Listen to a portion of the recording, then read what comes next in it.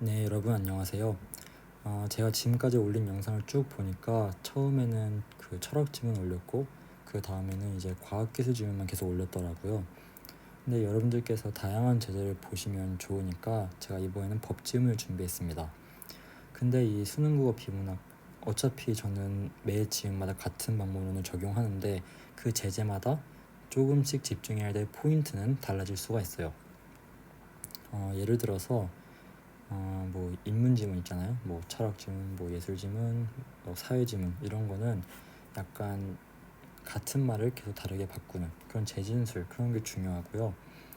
과학기술 지문 혹은 경제 지문은 세부가 굉장히 장황한데 그 세부를 어떻게 잘 정리하느냐가 관건입니다. 뭐 과정은 끊어주고 양적 관계 화살표로 써주면서 서로 결합하고 그런 거 다 이제 기억하시죠. 대비를 철저히 그건 좀 당연한 건데.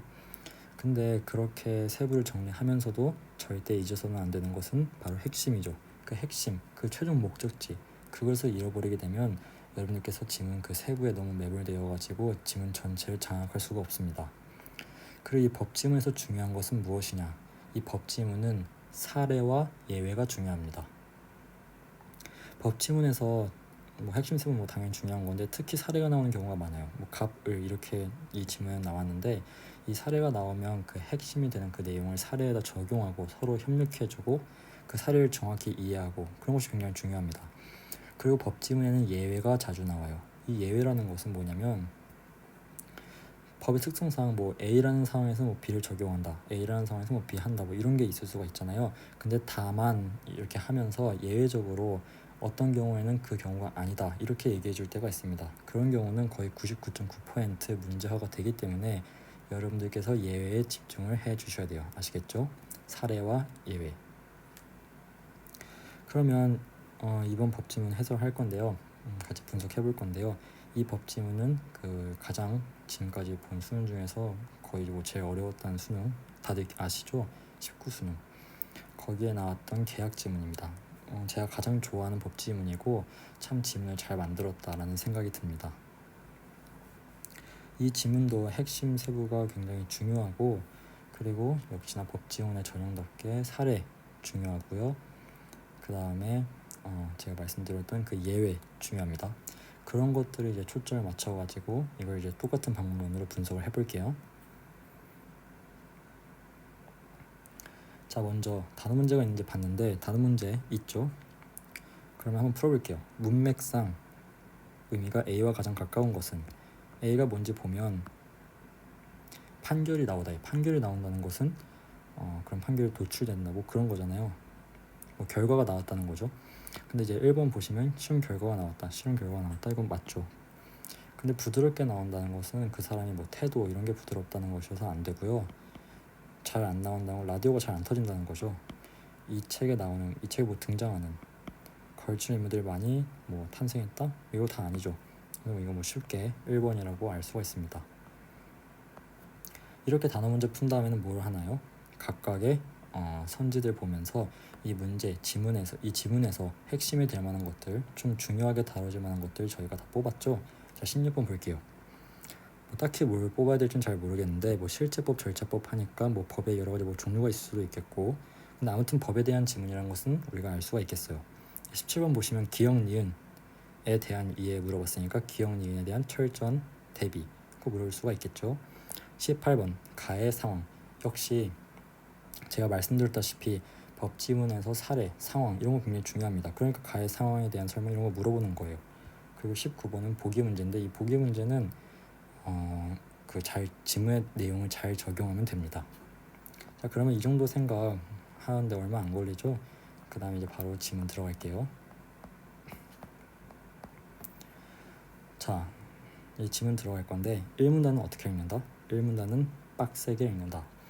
빡세게 읽는다는 것은 하나하나 끊어주면서 주체도 확인해주고 연결도 하고 그 다음에 무엇보다도 제일 중요한 건 핵심을 파악해야 된다.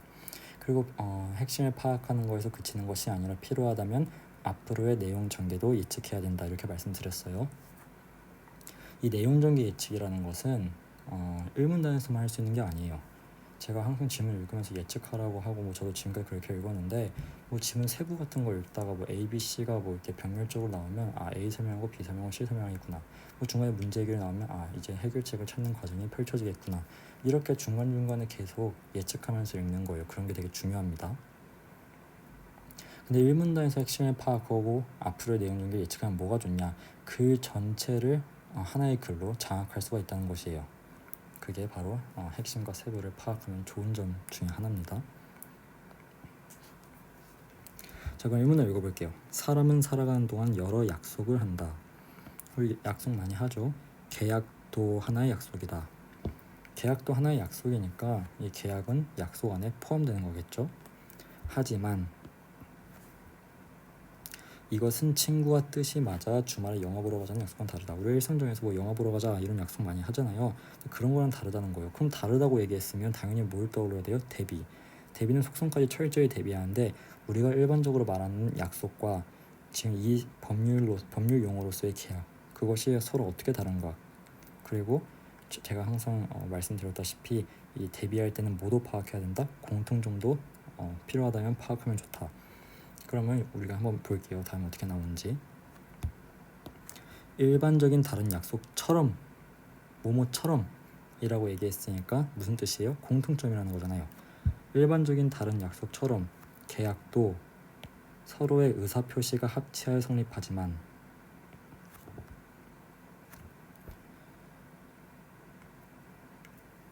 그러면 일반적인 다른 약속과 계약의 공통점이 뭐예요?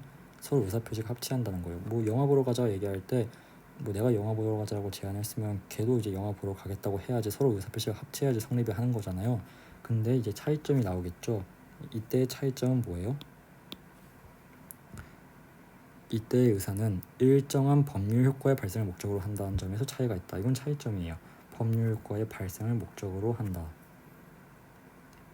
그러면 이 계약이라는 것은 약간 두 가지 필요 조건이 있는 거예요. 이 계약은 서로의 의사표시가 합치해야 되는 거고, 그리고 단순히 의사표시가 합치는 것에 그치는 것이 아니라 어떤 법률 효과의 발생을 목적으로 해야겠죠.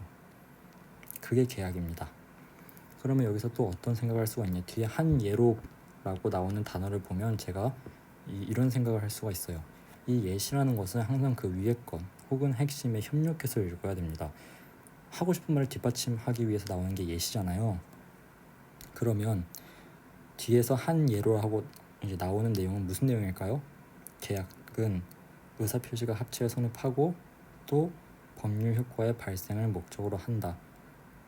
이런 내용이 나오겠죠. 먼저 의사표시 합치가 나오고 그 다음에 법률 효과 발생을 목적으로 한다. 이 내용이 이렇게 순서대로 나올 가능성이 있습니다.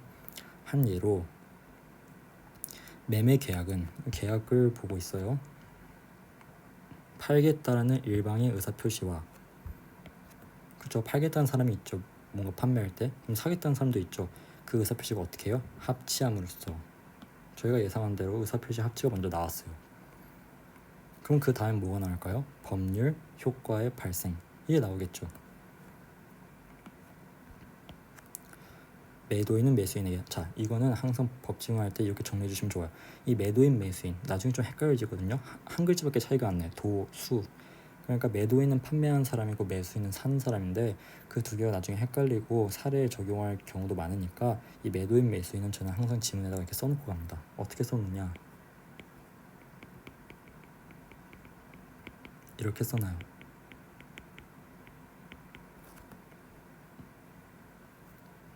매도인과 매수인의 대비, 이거 중요합니다. 자, 지금 저희가 의사표시 합치가 이제 먼저 나왔고 계약에 대한 내용으로서 그 다음에 뭐 나온다고요? 법률 효과의 발생. 매도인은 매수인에게 매매 목적물의 소유권을 이전하여야 할 의무를 짐과 동시에 매매 대금의 지급을 청구할 권리를 갖는다. 이게 무슨 뜻이에요? 자, 의무를 짐과 동시에 권리를 갖는데요.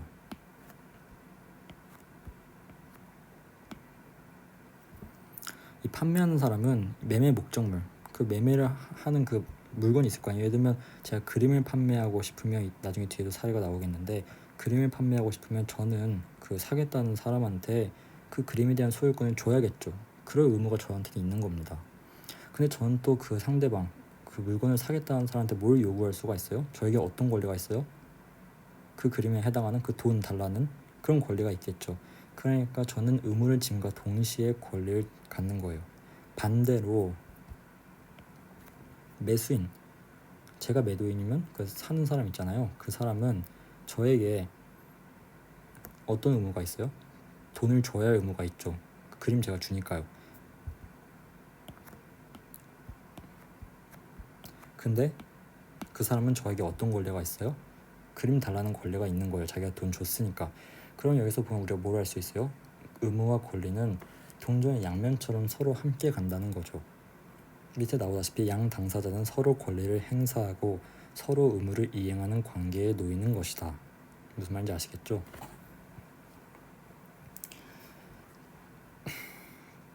자, 이렇게 1문단을 저희가 꼼꼼히 읽어봤는데 핵심을 파악해야 되잖아요. 근데 뭐 핵심을 계약이라고 볼 수도 있지만 이미 계약에 대한 내용을 많이 얘기를 했어요.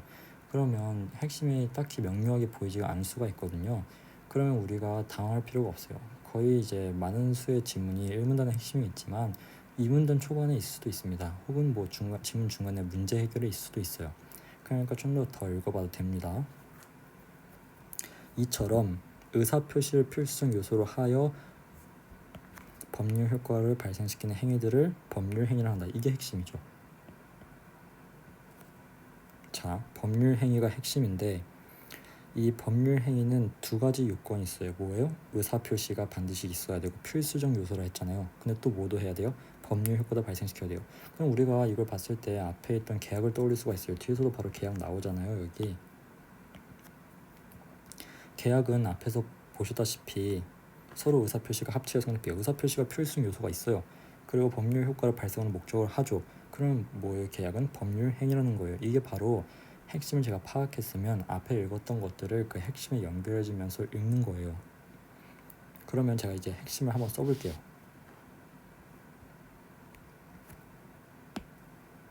자, 핵심은 법률 행위입니다.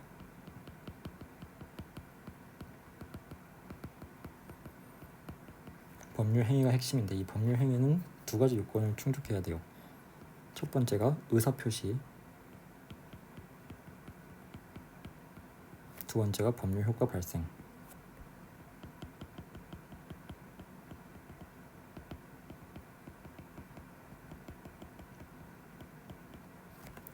자, 이 필요 조건은 제가 뒤에서 좀 더 자세히 설명을 할 건데 하나라도 없으면 그것이 아닌 거예요. 그러니까 법률 행위가 되기 위해서는 의사표시도 필수고 있어야 되고 법률 효과도 발생해야 되는 거예요. 만약에 의사표시가 없어요. 그럼 법률 행위가 아닌 거예요. 그리고 법률 효과가 발생이 안 돼요. 그럼 법률 행위가 아닌 거예요. 무슨 말인지 아시겠죠? 자, 그러면 얘가 핵심이니까 저희 핵심을 발견하면 뭘 하기로 했어요? 밑줄을 친다. 자, 그럼 물결 밑줄 한번 쳐볼게요. 그래서 이게 법률 행위, 이게 핵심이에요. 그리고 앞에서 봤다시피 이 계약도 법률 행위인데 우리가 지금 지면서 계약을 좀 더 중점적으로 다룰 가능성이 높으니까 이 계약도 뭐 하나의 핵심을 볼 수도 있어요. 핵심 뭐 너무 하나로만 잡을 필요도 없고 유동적으로 유연하게 하시면 됩니다. 계약도 또 다 핵심을 지켜야 되는 거니까 서로 의사표시가 합체를 성립하고 법률 효과의 발생을 목적으로 한다. 자, 아무튼 법률 행위가 핵심이에요. 그러면 우리가 앞으로 나오는 내용들을 다 이 법률 행위에 연결해서 의사표시가 있고 법률 효과가 발생한다는 메커니즘, 그런 걸 다 따라서 읽으면 되는 거예요. 항상 해왔던 것처럼요.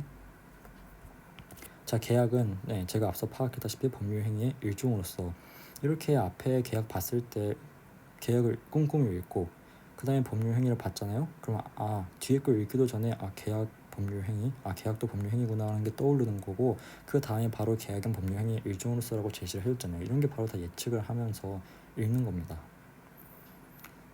제가 뭐 이원준 강사님이나 이대정 강사님 들었다고 했는데 이 이원준 강사님께서 이 예측 함수 읽기의 중요성을 많이 강조를 하셨던 것 같아요.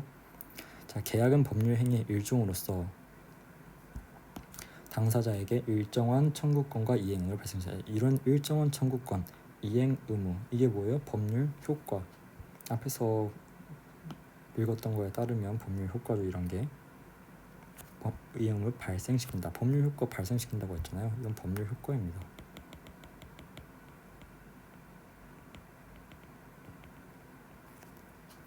자, 청구권을 내용하는 권리와 채권. 그 권리를 채권이라 하는 거예요. 그에 따라 이행을 해야 할 의무를 채무라고 하는 겁니다. 따라서 채권과 채무, 권리와 의무는 발생한 법률 효과가 제가 아까 말씀드렸다시피 동전의 양면처럼 서로 다른 방향에서 파악됐죠. 어느 한 그 이제 매도인과 매수인이 있을 때 그 매도인 어느 한쪽이 예를 들면 의무가 있으면 권리도 있는 것이고 반대로 그 매수인도 권리가 있으면 의무가 있는 것이에요. 그리고 이제 이게 꼽사리 끼는 거 지금 나왔잖아요. 제가 이제 첫 번째 시간에 말씀드렸는데 이렇게 꼽사리 다 들어간 것도 문제화가 됩니다. 수능 국어는 약간 피스탯 이런 시험이랑 다르게 리트도 약간 그런 것 같긴 한데 특히 수능 국어가 이 문장 하나하나가 다 의미가 있어요. 그 다 하나하나 잘 읽어야 됩니다. 뭐 당연히 그 사이에서 더 중요한 게 있고 덜 중요한 게 있겠지만 그 쓸데없는 문장이 없습니다. 무슨 말인지 아시겠죠? 자, 채무자가 뭐예요? 의무를 진 사람. 채무의 내용들을 이행하여 그 의무를 자기가 다 하면 그 반대쪽 그 권리가 소멸하겠죠. 그런 걸 변제라고 한대요.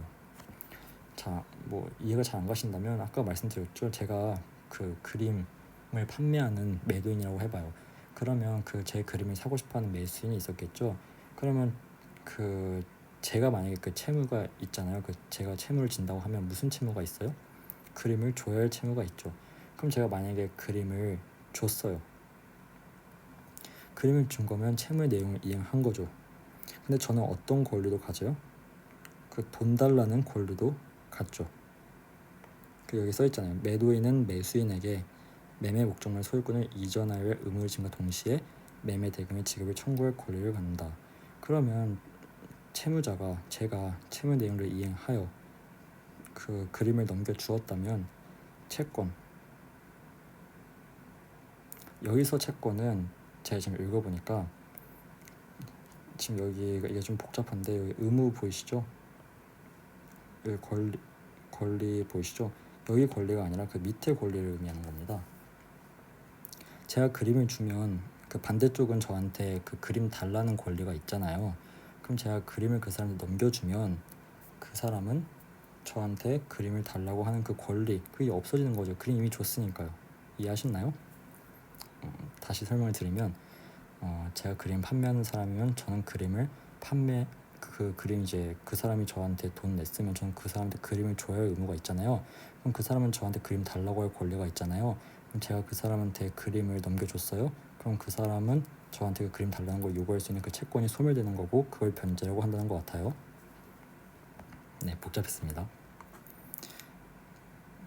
왜냐면 저도 의무랑 권리가 있고 상대방도 의무 권리가 있으니까 그 같은 권리 그 다 구별을 해줘야 될 것 같아요. 자 이제 갑과 을은 했죠. 그럼 이게 뭐예요? 갑과 을은이라고 나왔으니까 이건 사례잖아요. 법칙은 사례 중요하다 했어요. 이 사례를 읽을 때 어떻게 해야 되냐? 앞서 파악한 그 핵심 그런 것들 다 연결주면서 적용하면서 읽는 겁니다. 사례는 우리가 그 말하고 싶은 거 그걸 뒷받침하기 위해 나오는 거예요. 예시도 마찬가지고요. 자, 갑과 을은 두 명이 나왔으니까 어느 한쪽이 매도인이고 어느 한쪽이 매수인이지 않을까요? 을이 소유한 그림 A라고 했죠. 을이 소유한 그림 A라고 했으면 을이 뭐 하는 사람이에요? 그림을 판매한 사람, 매도인이 되는 겁니다.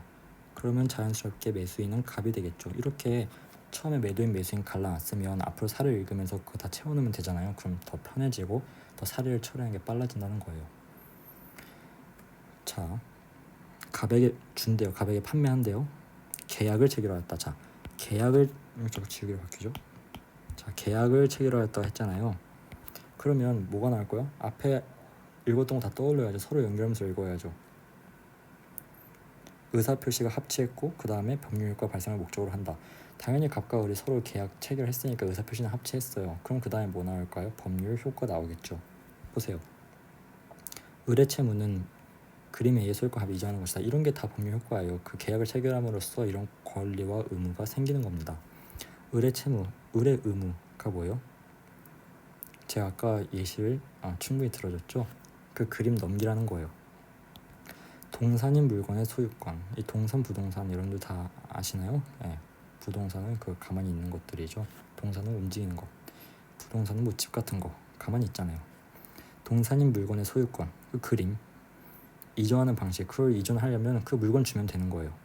자, 갑은 그림 A가 너무나 마음에 들었기 때문에 그걸 받기 전에 다 돈을 준 거예요. 그럼 을은 뭘 해줘야 돼요? 갑이 자기 그 돈 다 이미 줬잖아요. 그럼 그 을은 그 그림 넘겨줘야겠죠. 그런데 갑이 아무리 그림 A를 넘겨달라고 청구해도 을은 인도해주지 않는 거예요. 그럼 갑의 경우는 굉장히 황당하겠죠. 이건 문제입니다. 자, 제가 저번에 말씀드렸는데 핵심이 되는 요소들은 지문 1문단이나 초반에서 파악되는 것들, 앞으로의 글의 흐름을 다 장악하고 그 지문 전체를 통틀어서 말하고 싶은 것들, 그런 게 핵심이 된다고 했는데 이 문제 해결도 핵심이 될 수가 있습니다. 문제 해결을 핵심이 된다는 것은 그 문제를 문제대로 파악을 하고 그 해결책을 찾는 과정, 그런 게 핵심이 된다는 거예요. 이 부분은 지금 사례이기 때문에 뭐 굳이 핵심을 안 잡으셔도 되지만 저는 좀 더 문제 해결 처리에 집중하기 위해서 핵심으로 잡을 겁니다. 핵심은 굳이 한겨울 필요가 없어요. 그러면 지금 보세요. 갑이 아무리 그림 A를 넘겨달라고 청구하여도 을은 인도해주지 않았다는 것은 문제잖아요. 그러면 이 다음에 해결책이 나오겠죠. 그 해결책을 찾는 과정을 집중을 해보자는 겁니다. 바로 다음에 해결책에 대한 내용이 나오잖아요. 이런 경우 갑이 사적으로 물리력을 행사해 해결하는 건 엄격히 금지한다. 사적으로 금지한다는 것, 그럼 어떻게 하라는 거예요? 뭐 공적으로 하라는 걸까요? 아무튼 이거 해결책에 관한 내용이죠. 그럼 우리는 해결책을 찾는 과정에 집중을 하면 돼요. 그러면서도 얘는 지금 법의 사례니까 앞서 파악한 핵심 뭐였어요? 법률 행위, 의섭시가 반드시 필요하고 그 다음에 법률 효과를 발생시킨다. 그걸 절대 잊어버리면 안 된다는 거죠. 자, 그 다음 문단 읽어볼게요. 채권의 내용은 민법과 같은 실체법에서 규정하고 있고 그렇대요. 그것을 강제력으로 실현할 수 있도록, 자, 강제력으로 실현하는 건 이게 앞서 말한 거에 해결책이 될 수 있는 거잖아요. 그러니까 그림 A 넘겨달라고 했는데 을이 안 주니까 강제력으로 을이 그림 넘겨주게 할 수 있다는 거예요. 할 수 있도록 민사소송법이나 민사집행법 같은 절차법이 갖추어져 있다. 다 법이 있네요. 그러면 갑은 사적으로 막 주먹질을 한다던가 뭐 협박을 한다던가 이렇게 하는 게 아니라 이게 법에 따라 가지고 정당하게 소송을 제기해서 하라는 거죠. 그래서 소송을 제기하여 판결로서 자기가 가진 채권의 존재 내용은 역시 공적 사적, 앞서 말한 그 대비였죠. 확정받을 수도 있고 나아가 법원에 강제 집행을 신청할 수도 있다. 그러면 이게 뭐가 되는 거예요? 해결책이 되는 거죠. 이런 것들이. 강제 집행은 국가가, 그렇죠, 사적으로 하는 게 아니라 공적으로 국가가 물리적 실력을 행사하여 채무지에서, 여기서 채무자는 어떤 채무자를 가리키는 거예요? 을을 가리키는 거죠. 지금 을이 자기 채무를 이행하고 있지 않잖아요. 갑은 자기가 돈 줘야 되는 의무를 이미 이행했어요. 근데 을은 지금 주지 않고 있는 거예요. 그림을. 그래서 채무자의 의사, 을의 의사에 구애받지 않고 강제적으로 실행시켜 채권, 갑의 채권이 뭐예요? 그림 받을 수 있는 권리, 그걸 실현하도록 하는 제도라는 거죠. 이게 바로 해결책이 되는 겁니다. 문제 해결. 자, 그럼 여기서 이제 끝날까요? 좀 더 읽어보죠. 사례 아직 끝나지 않았어요. 계속합니다. 을이 그림 A를 넘겨주지 않은 까닭은, 그렇죠, 넘겨주지 않았다고 했어요. 그러면 갑이 이제 소를 제기해서 이렇게 할 수 있다고 했는데 왜 안 넘겨줬냐? 대금을 받은 뒤에, 지금 뒤 전 이런 거 과정 다 끊어주면서 읽고 있죠. 잘 정리해야 됩니다. 아무튼 돈 받은 다음에 을의 과실로 불이 났대요. 불이 났으니까 줄 수가 없겠죠, 당연히. 그럼 어떻게 된 거예요? 그 채무, 을의 채무, 그림을 갑에게 넘겨줘야 할 채무는 이행불능이 되었다. 이행불능인 거예요. 더 이상 그림을 줄 수가 없는 거예요. 소송을 하더라도 이미 그림 없어졌으니까 그 그림 주라는 판결은 나올 수가 없겠죠. 만약에 그림 A의 손실이 계약 체결 전이었다면, 지금 우리 사례에서는 계약 체결 후예요. 근데 만약에 계약 체결 전이었다면 애초부터 실현 불가능한 거니까 체결할 때부터 무효래요. 그리고 이런 이행불능, 지금 이제 채무가 이행불능이 되었잖아요. 그게 채무자의 과실, 지금 사례에서도 을의 과실 때문에 일어났다고 했잖아요. 그럼 그 채무자의 과실 때문이죠. 그 과실 때문에 일어난 것이라면 채무자, 을이 채무 불이행에 대한 책임을 져야 한대요. 자, 이것도 해결책입니다. 자, 이 내용이 왜 나왔냐? 앞에서 얘기한 거는 그림이 아직 남아 있다는 가정이에요. 그림이 남아 있는데 을이 주지 않았어요? 그럼 갑은 그 소송을 제기해가지고 그 그림을 돌려받을 수 있다는 거예요. 근데 알고 보니까 그림은 이미 을의 과실로 타서 없어져 버린 거죠. 그럼 그런 것도 문제잖아요. 그럼 그걸 어떻게 해결할 것인가? 채무자가 채무 불이행에 대한 책임을 지는데 이제 구체적으로 좀 더 어떻게 해결할 건지 내용이 나오겠죠. 이때 채무 불이행은 갑이나 을의 의사표시가 작용한 것이 아니라 뭐뭐 아니라 X표시 매매 목적물의 소시에 따른 이행 불능으로 말미암은 것이다. 자, 이 부분에서 정말 중요한 부분입니다. 이 부분 핵심 아직도 기억하고 있죠? 핵심은 뭐였어요? 법률 행위는 의사표시가 필수적이고 법률 효과를 발생시킨다. 우리가 그 핵심을 절대 잊지 말라 했잖아요. 제가 잊지 않았다면 이 부분을 보고 뭐가 생각이 나야 돼요? 지금 채무 불이행이라는 것은 의사표시가 작용한 게 아니죠. 서로 의사표시가 작용한 게 아니죠. 그냥 매매 목적물 그 그림이 소실해가지고 이행 불능이 돼서 말미암은 거죠. 그것 때문에 생긴 거죠. 근데 이러한 사건을 통해서도 법률 효과가 발생한대요. 이 부분을 읽고 무슨 생각이 나냐? 의사표시가 작용한 것이 아니라면 그건 법률 행위가 아니네. 근데 법률 행위가 아니어도 법률 효과가 발생한다?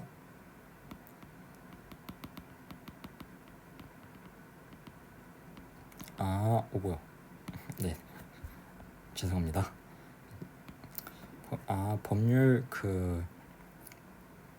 법률 행위가 아니어도 법률 효과가 발생할 수 있구나라는 것을 우리가 잡을 수가 있는 것입니다. 다시 말해서 이 법률 효과가 발생하기 위해서 반드시 법률 행위일 필요가 없다는 거죠. 무슨 말인지 아시겠죠?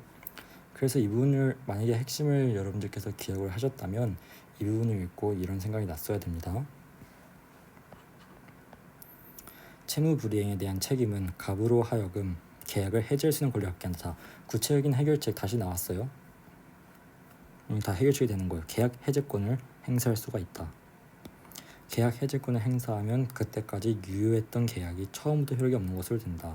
다 끊어주면서 읽으세요. 이때의 계약 해제는 일방의 의사표시만으로 성립한다. 계약 해제할게요 하면 성립한다는 거예요.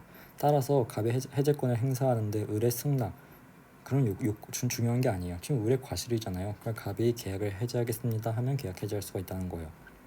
지금 이건 뭐에 대한 해결책이에요? 그림이 완전히 타버렸을 때 을의 과실로 채무 불이행이 됐을 때 그걸 어떻게 해결할 것인지 보고 있는 거예요. 이런 법률행위를 단독행위라고 한다. 자, 갑은 계약을 해제하였다. 이로써 그 계약으로 발생한 채권과 책임은 없던 것이 된다. 의무와 권리는 없던 것이 된다. 권리와 의무는 없던 것이 된다. 당연히 계약의 양 당사자는 자신의 책임을 이행할 필요가 없다. 없던 것이니까요. 이미 이행된 것이 있다면 돌려놓아야 한다. 이를 청구할 수 있는 권리가 원성회복 청구권이다. 그러니까 지금 갑이 이미 돈을 넘겨줬잖아요. 그 돈을 다시 반환해달라고 청구할 수 있는 권리가 생긴다는 거예요. 갑한테. 이렇게 지문이 끝났습니다. 자, 그러면 되게 길게 읽어봤는데 한번 정리를 해드릴게요. 1문단에 굳이 핵심이 없을 수도 있다. 그렇지만 글의 초반에서 핵심을 파악했고 우리는 그걸 토대로 앞으로 다 연결해서 읽는 거예요. 그리고 이제 법치문에서는 사례가 중요한데 역시 사례가 나왔고 그 사례에다가 핵심을 적용하고 연결해서 읽어야 된다. 그리고 중간에 문제기를 나왔는데 문제기도 핵심이 될 수 있으니까 문제를 정확히 파악하고 문제를 문제라고 인식하고 그 해결책을 찾는 과정, 그 과정에 집중하는 거죠. 그리고 이런 과정들, 그런 것들은 다 끊어주면서 읽는다. 어느 정도 이해하면서 읽는다 라는 걸 보여주고 있는 좋은 법지문입니다.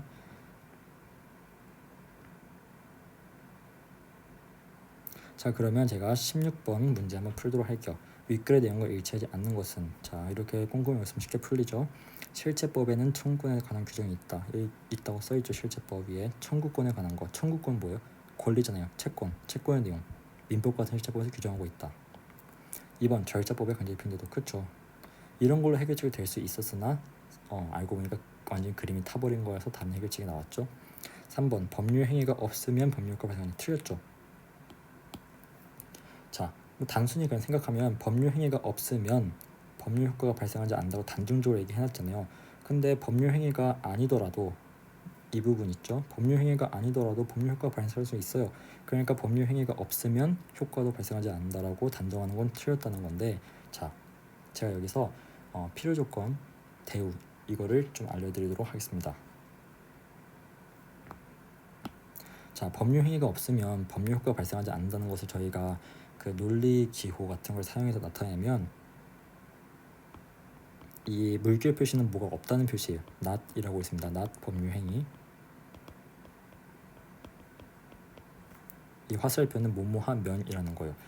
법률 행위가 없다면 법률 효과도 없다. 이게 3번 선지 내용이에요. 그럼 우리 그 수학 시간에 명제 대우 배웠잖아요. 이걸 대우로 바꾸면 똑같은 말이에요. 이 바꾸면 이 법률 행위를 이렇게 바꿀 수가 있습니다. 이 낫이 아니라 법률 효과. 이건 여러분들께서 어떻게 읽으시면 되냐? 법률 효과가 발생하기 위해서 법률 행위가 반드시 필요하다. 혹은 반드시 법률 행위여야 한다. 이런 화살표는 필요 조건이에요. 필요 조건. 그러면 지금 3번 선지는 법률 효과가 발생하기 위해서 반드시 법률 행위여야 하냐, 법률 행위가 필요 조건이냐 묻고 있는 건데, 법률 행위가 아니어도 되죠. 법률 행위가 아니어도 법률 효과가 발생한다고 저희가 여기서 봤죠. 그렇기 때문에 3번 선지가 틀린 겁니다. 단정해서 틀린 거예요.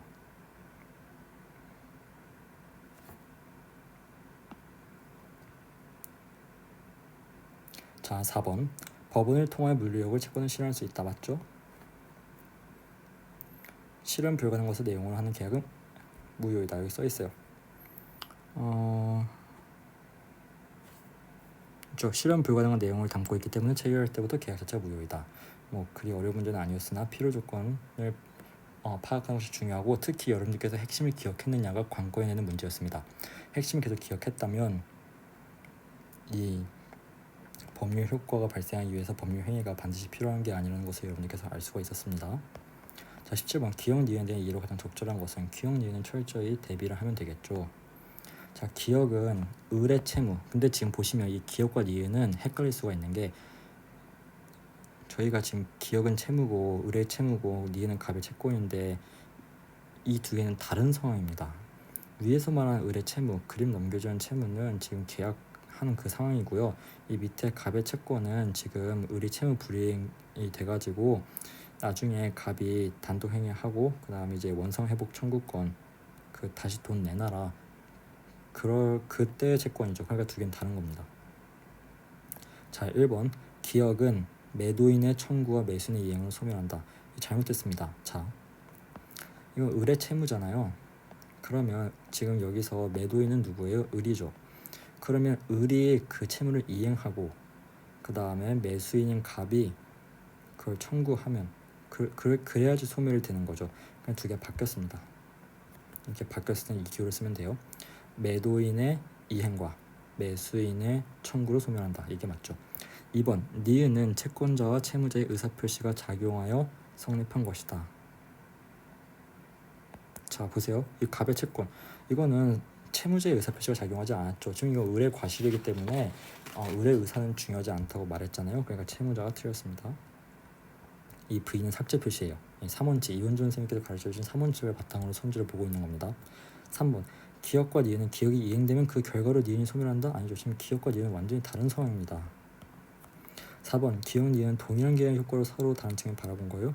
니은 보시면 이 갑의 채권, 이건 동일한 계약 효과를 서로 다른 측면에서 바라본 게 아니죠. 무슨 상황이에요? 그냥 을이 그 과실 때문에 채무 불이행이 됐으니까 갑이 다시 돈 내놔라 하고 원상회복 청구권 쓴 거잖아요. 그러니까 동일한 계약의 효과를 서로 다른 측면에서 바라본다 이런 거 아닙니다. 자, 5번. 기억에는 물건의 인도 의무가 있고, 그쵸? 을의 채무는 뭐예요? 물건 주라는 거죠. 니은 갑의 채권은 뭐예요? 여기서 다시 돈 달라는 거죠. 그러니까 5번 맞습니다. 자, 18번. 가해 상황에 대한 설명 적정성. 역시 그 상황 이해가 중요합니다. 1번. 을의 과실이었죠. 이행 불능이 되었죠. 그래서 갑의 계약 해제권, 단독 행위가 된 거죠. 그래서 이거 맞습니다. 자, 2번. 소를 제기하여야 매매 목적인 재산권을 이전할 수 있다. 맞기는 한데 가해 상황에 대한 얘기가 아니죠. 왜냐면요, 매매 목적이 있는 재산권 뭐예요? 그림이잖아요. 그림은 이미 소멸했어요. 그러니까 이전받을 수 없습니다. 3번은 마찬가지예요. 원상 회복 청구권 행사여 A의 소유권 회복했을 때 지금 그림 A는 없다니까.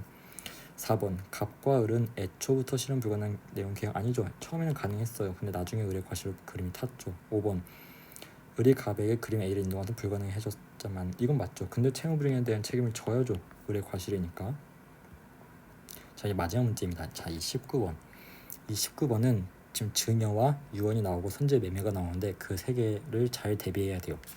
자, 핵심과 연결해서 물었습니다. 자, 증여는 당사자의 일방이 자기의 재산을 무상으로 상대방이 줄 의사를 표시하고 자기 재산을 공짜로 준대요. 상대방이 이를 승낙한대요. 그러면 의사 표시하고 상대방 승낙까지 했으니까 얘는 당연히 법률 행위죠. 근데 의사를 표시하고 승낙까지 했으니까 의사 표시가 합치한 거죠. 그러니까 계약인 거예요. 계약은 의사 표시 합치였습니다. 증여자만 이행 의무를 진다. 유언자의 사망과 동시에 일정한 법률 효과를 발생시키는 것이 목적. 자, 법률 효과를 발생시키는 게 목적이에요. 근데 의사 표시까지 있죠. 그럼 역시 뭐예요? 법률 행위죠. 핵심을 기억했으면 풀 수가 있습니다. 그러면 유언이든 증여든 매매든 다 법률 행위인 거예요. 계약이든. 유언자의 의사표시만으로 유효하게 성립하고 의사표시 상대방이 필요 없다는 점에서 차이가 있다. 그러면 얘는 지금 어느 한쪽의 의사표시만으로 되는 거니까 단독행위죠. 계약이 아니라는 겁니다. 그 합치하는 게 아니라는 겁니다. 그러면 제가 이 정도만 해도 되는데 아예 정리를 해드릴게요. 자, 일단 셋 다 법률 행위예요.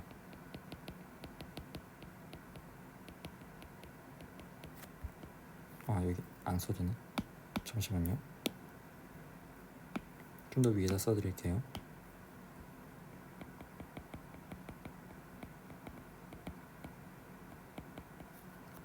자, 법률 행위로서 매매가 있는 것이고 증여가 있는 것이고 유언이 있습니다. 그리고 이게 계약이냐 아니냐를 판단으로 나눠볼 수가 있겠죠. 그럼 매매는 의사표시가 합치하는 거니까 계약이죠. 증여도 의사표시 합치하고 법률과 발생하니까 계약이죠. 계약이라고 나와있기도 하고요. 유언은 아니죠. 단독행위라는 겁니다. 그리고 이제 이행, 여기다 쓸게요. 그냥 이행 의무를 누가 지냐를 봤을 때 매매 같은 경우는 쌍방이죠. 근데 증여는 특이하게 증여자만 진다고 돼 있어요. 증여자만.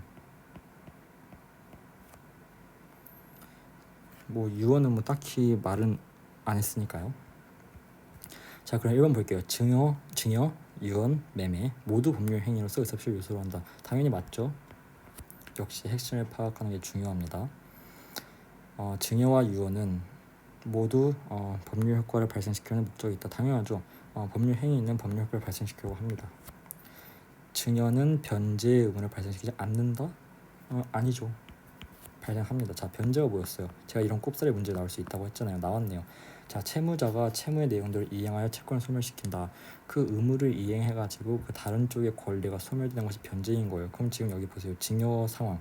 증여자가 이행 의무를 진다고 했잖아요. 그럼 그걸 받는 사람은 그거 받을 수 있는 권리가 있겠죠. 그러면 이 증여자가 자기 돈 줘가지고 의무를 이행을 하면 그 반대쪽의 권리가 사라지는 겁니다. 그러니까 변제의 의무를 발생시키죠. 그러니까 매매랑 차이가 있지도 않습니다.